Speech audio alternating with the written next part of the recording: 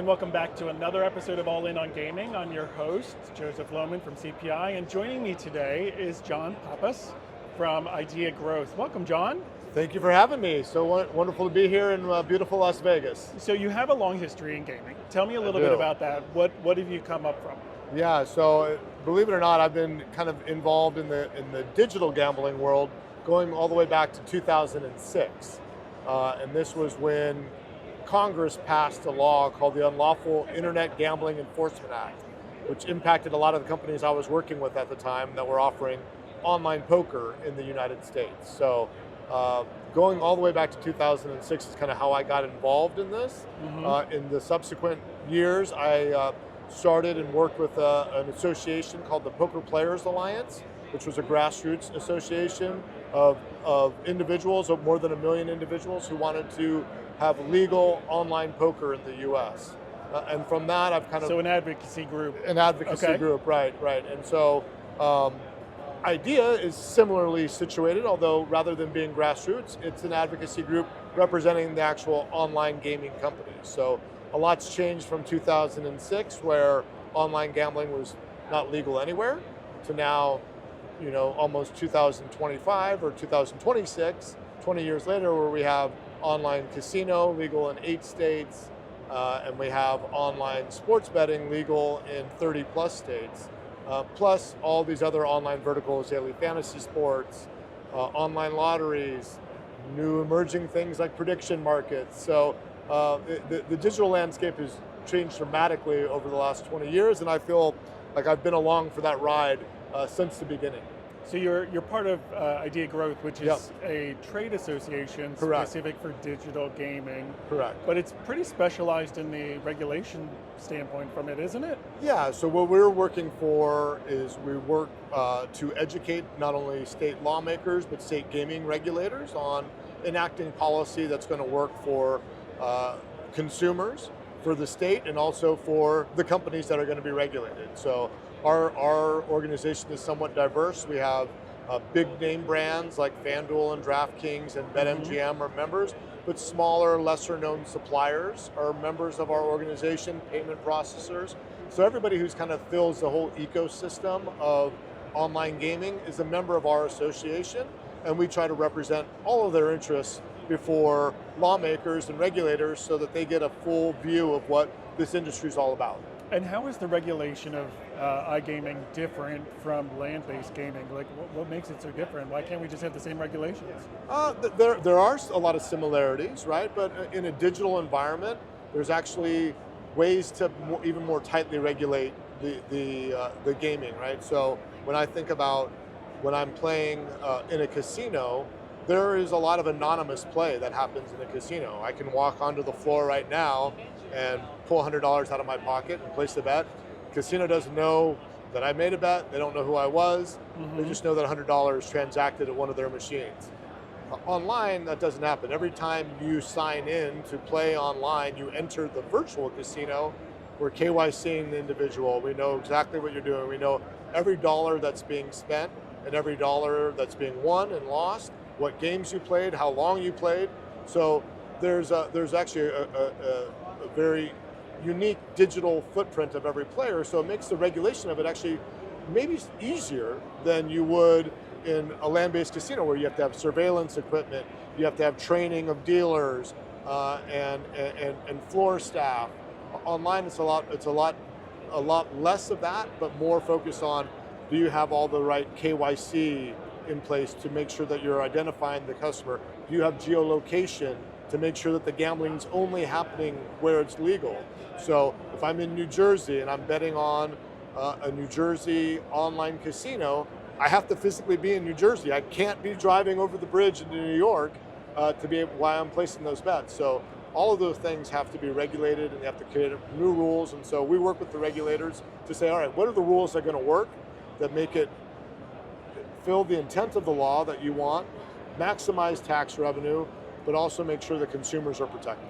So what is the point of regulation? Is it to protect the gamers, the consumers? Is it to protect the community, the society? Is it to protect the revenue of the other casinos, the land-based casinos, the tax revenues? Like, what's the point of regulation? Yes, and yes. All of those is really what it is about. So regulators have, their first obligation is to protect the public, right? That is kind of what their mandate is. And out of that, they want to obviously generate tax revenue for the state. They have an obligation to do that as well. So they come at it really first and foremost as a consumer protection. Mm-hmm. One of the strongest arguments for why you legalize online gaming today is because we know that online gaming is happening already in an unregulated fashion, right? So anybody can go with a smartphone and a credit card. You can set up an account with a offshore sports book or a offshore online casino, based in Costa Rica in a matter of minutes. But as a consumer, you have no protection, no guarantee that your personal or financial information is secure, no guarantee that the games you're playing are actually fair and real, and ultimately for the state, no tax revenue whatsoever, right? No accountability, no oversight. So the fact that we live in a digital world today, like all of these things are available to consumers, the strongest argument for legalization is like, hey, let's bring it into the regulated ecosystem. Let's have reputable gaming companies that are on the strip here in Las Vegas, MGM, Caesars, others that have no gambling. Let them do it in a digital format, engage with their customers in a digital way, but also be able to build their online and retail brands. Okay, so you bring up an interesting point. What's the impact on land-based? The land-based, the physical casinos where someone can go in? What is it taking away from their business? No, it's really not. It's what we would call complementary to the land-based environment. So you got to understand, online gaming is going to attract a different type of player, maybe a younger player, someone who's maybe not as comfortable going to a casino, wouldn't go travel to a casino. Maybe geographically going to a casino wouldn't be possible for them, but being able to play online is. You can also play online for much lower stakes. Beautiful casino here, the Venetian, I love it. But I want to go play blackjack, it's $25 minimum, pretty much everywhere. Online I can play for 25 cents. Yeah. So it attracts a different consumer. It's a higher volume, more volume, but much lower stakes. I'm a big poker player. Sitting down at a poker table here in Las Vegas, you got to come with a couple $100 minimum just to sit down at a table. Online, you can play a $2 sit and go. So it attracts a different player. So I don't think it's stealing business from the land-based casinos. I think smart land-based casinos have found a way to use it as a marketing tool to bring people into the casino, to connect with their consumers once they leave the casino, to say, hey, remember us? You love playing the slot machine on the floor. This same slot product is available on your phone. You can play from the comfort of your home. And you do that enough times, we're going to give you a comp and come back into the casino and eat at one of our restaurants. So there's definitely ways that the land-based operators, that's why some of the biggest land-based operators in the country, MGM, Caesars, Boyd Gaming, and others, Rush Street, they have digital products because they recognize that they don't want to be left behind kind of the digital revolution of gaming. Right. Okay. So there are some digital-only companies. Sure. And the ones who are hybrid, who are extending into the digital world.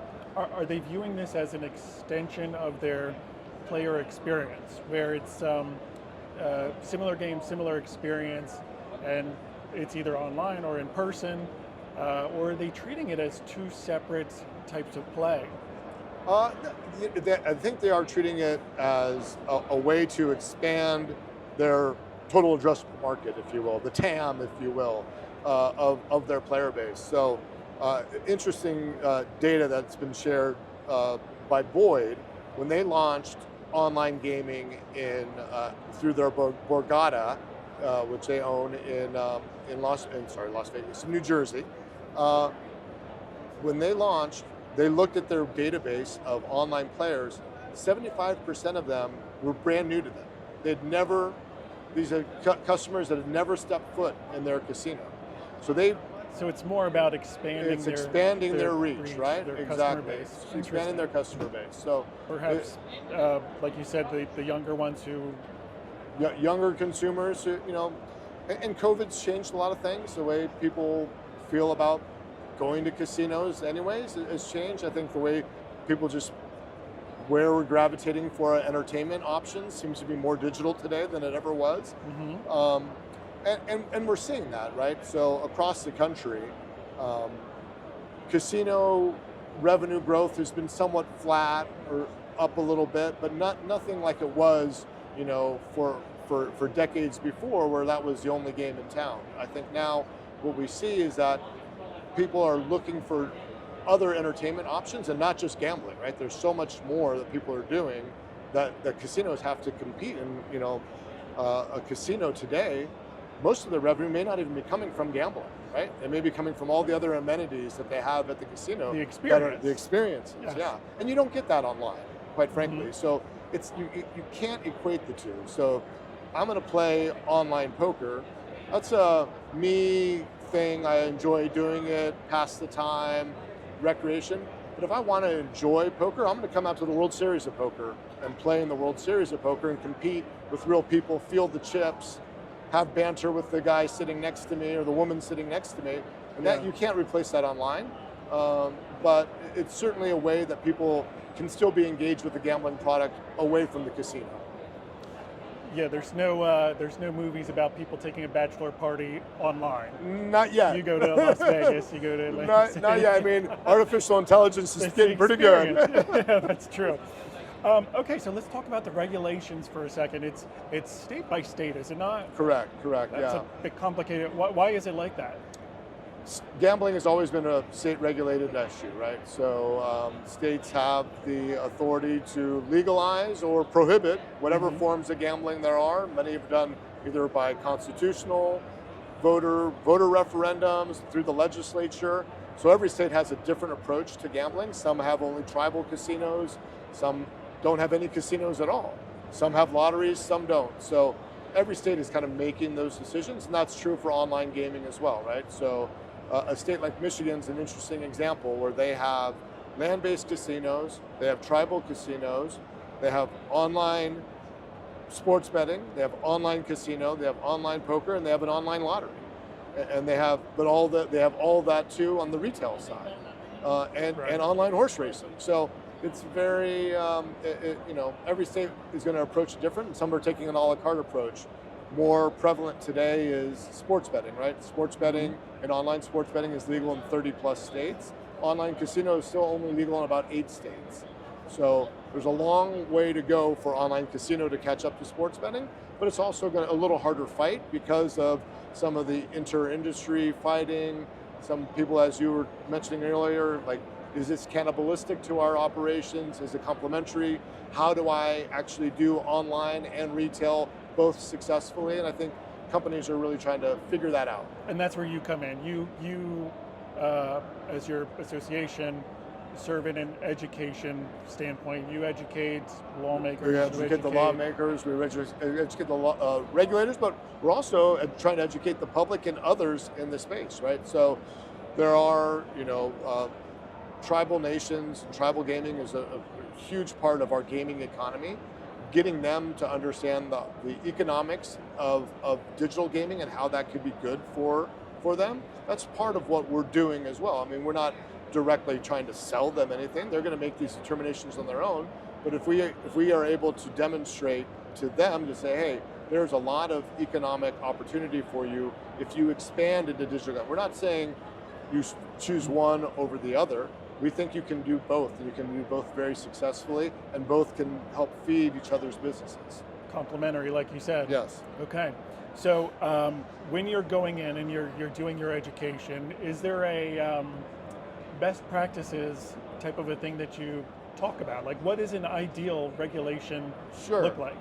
Sure. Well, so there's two different things. There's the legislation, like the authorizing legislation, and then there's the regulation that is layered on top of that after someone legalizes it. So on the legislative side, we want to see our competitive markets, reasonable tax rates, things in there that are very prescriptive about the consumer protections, that need to be done for these operators to make sure that they're doing the right thing by the consumer, ensuring that there's sufficient age and identity verification, ensuring that there's geolocation, ensuring that there's responsible gaming features built into the law so that operators who are coming into the market know, hey, this is what I have to do if I want to get licensed here. So you're creating a known environment, Correct, essentially, when it comes to the requirements. Yeah, and with iGaming's been a little bit different than sports betting because because nobody had sports betting before, right? It was only legal here in Las Vegas. It was a new thing, so horse tracks have sports betting, tribes have sports betting, all of these different gaming entities and states have sports betting.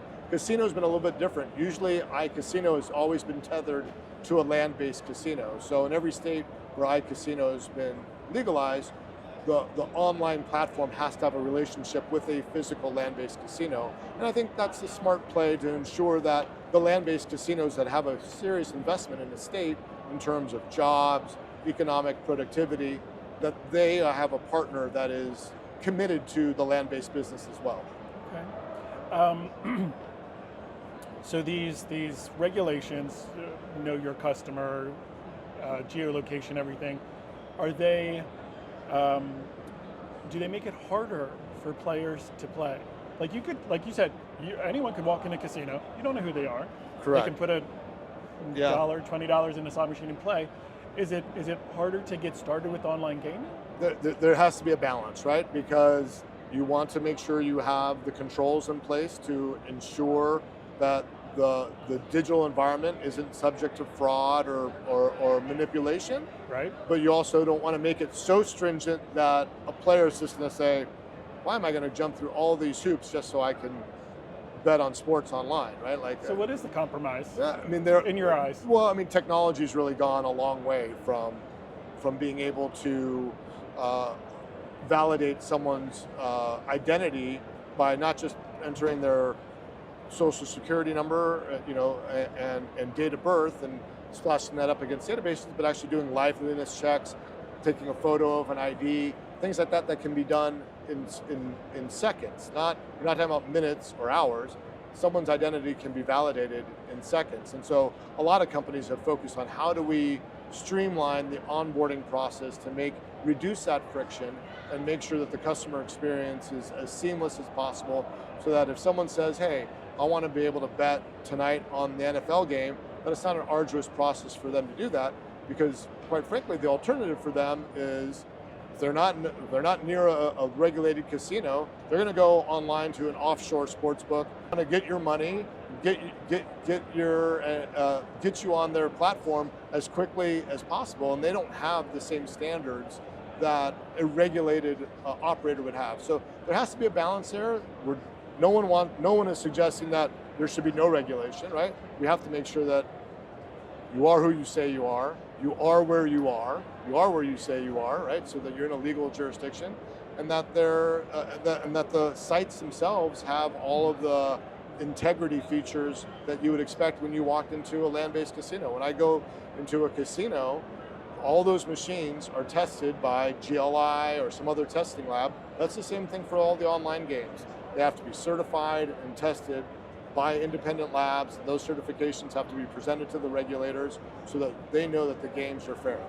So with your experience, with Ideas experience, with everyone who works for Ideas experience, like you're able to pull together all this experience, this research, and really provide a look at what an ideal regulatory framework.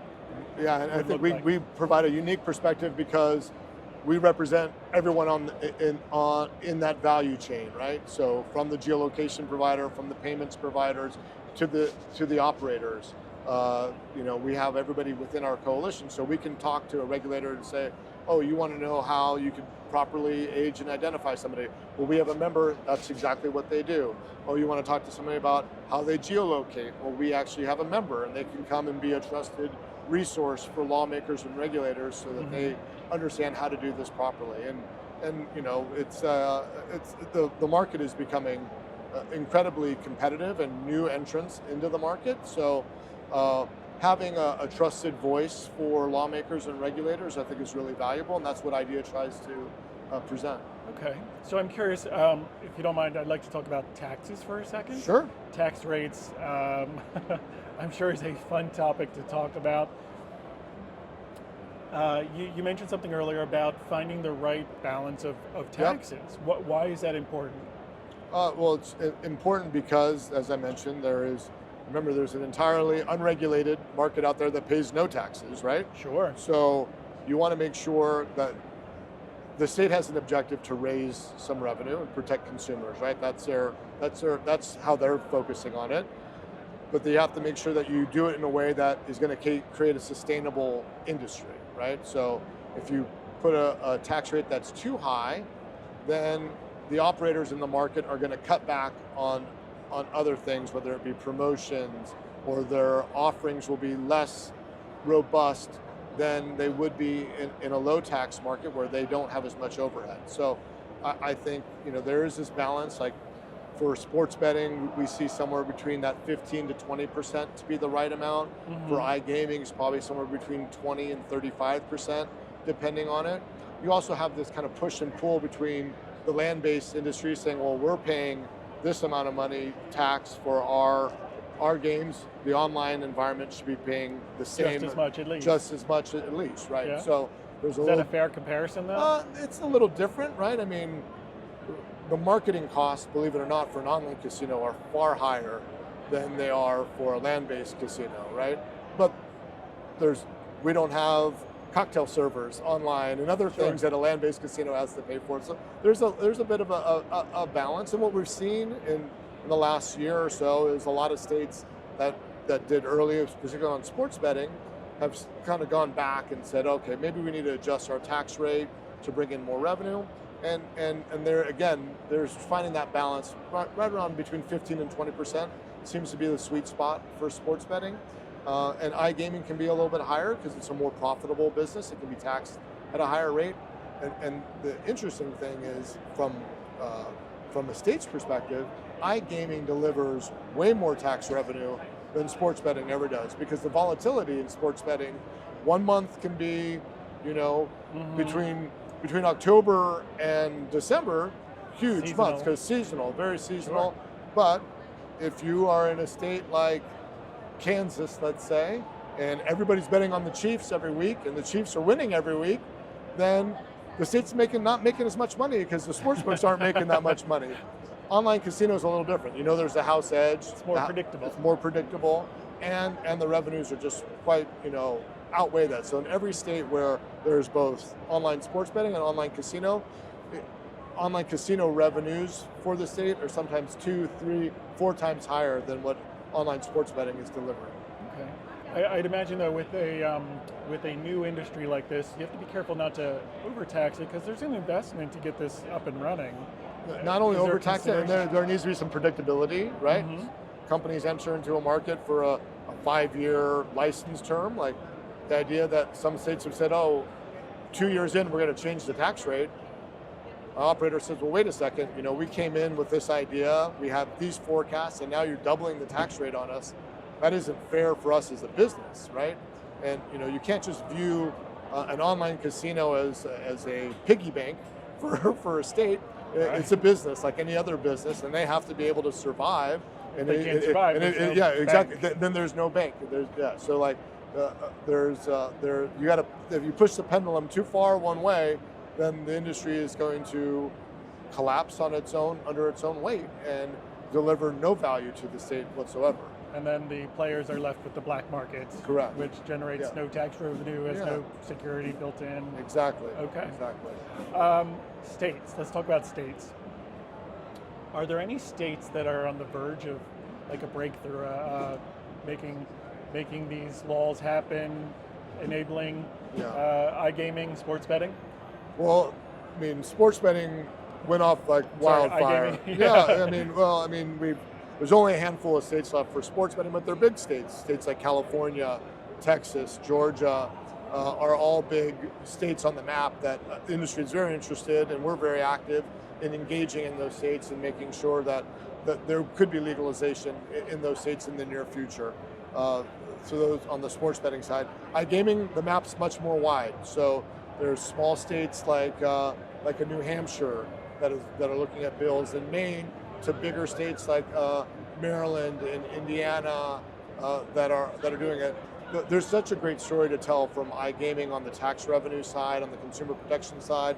States like Michigan and Pennsylvania and New Jersey that have been doing this for a long time have done it so successfully that really demonstrating to lawmakers that this can be done in a way that not only protects the consumer but delivers a lot of meaningful revenue to the states.